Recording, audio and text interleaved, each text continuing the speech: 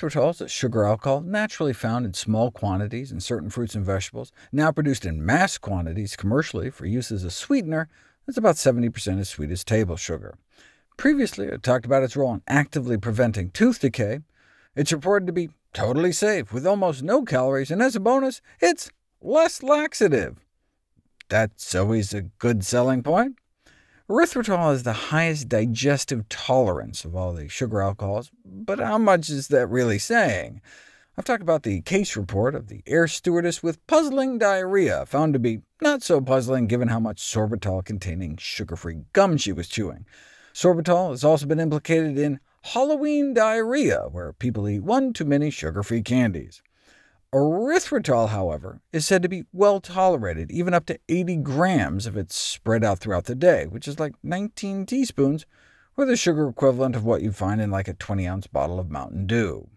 In terms of a single dose, though, the average weight man in the U.S. could get away with 14 teaspoons of erythritol at a time, and the average weight woman 15 teaspoons. Children do not appear to be more sensitive on a per-weight basis, but basically they're so much lighter, the maximum dose would be more like 3 or 4 teaspoons at a time.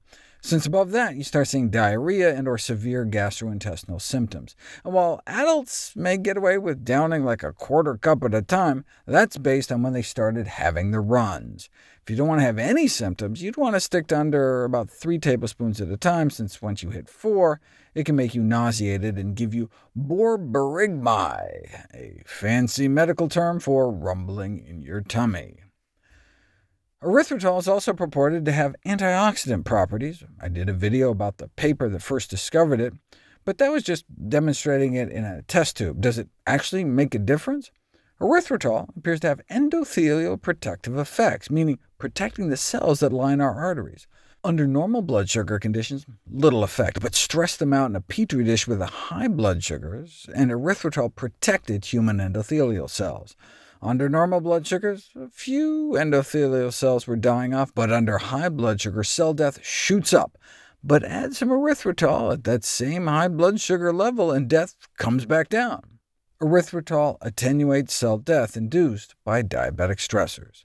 The researchers conclude that erythritol may have a therapeutically important protective effect on endothelial cells, but you don't know until you put it to the test. Effects of erythritol on endothelial function in patients with type 2 diabetes. And erythritol consumption acutely improved small vessel endothelial function and chronically reduced major artery stiffness. The researchers conclude that the beneficial effects of erythritol may be clinically relevant if confirmed in a controlled study. Wait, it wasn't controlled? No, so you don't know if it would have just happened anyway. So validation of these findings will require a randomized, placebo-controlled study, which should be easy to do, since there's lots of things you could secretly swap in for the erythritol and no one would know. Hasn't been done yet, but things were looking pretty good for erythritol. And then erythritol is associated with body fat gain in young adults? What? Erythritol is a predictive biomarker for metabolic dysfunction? Significantly associated with getting diabetes? Significantly associated with getting coronary heart disease? What is going on? We will find out next.